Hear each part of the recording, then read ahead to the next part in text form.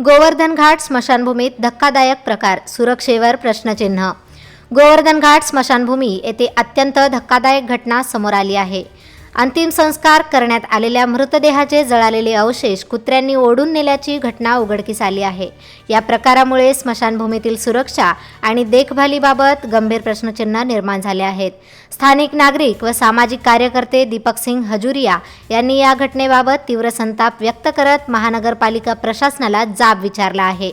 स्मशानभूमीत योग्य सुरक्षा व्यवस्था, संरक्षणात्मक कुंपण आणि कर्मचाऱ्यांचे योग्य निरीक्षण असते तर अशी घटना घडली नसती, असे त्यांनी म्हटले आहे। या घटनेवरून स्मशानभूमीतील कर्मचाऱ्यांची निष्काळजीपणा स्पष्ट होत असल्याची टीका नागरिकांकडून होत आहे।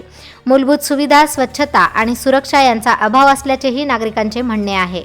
महानगरपालिका प्रशासनाने या प्रकरणाची तातडीने दखल घेऊन संबंधितांवर कारवाई करावी, तसेच भविष्यात अशा घटना टाळण्यासाठी ठोस उपाययोजना कराव्यात, अशी मागणी स्थानिक नागरिकांकडून होत आहे। या धक्कादायक घटनेमुळे परिसरात संतापाचे वातावरण निर्माण झाले आहे।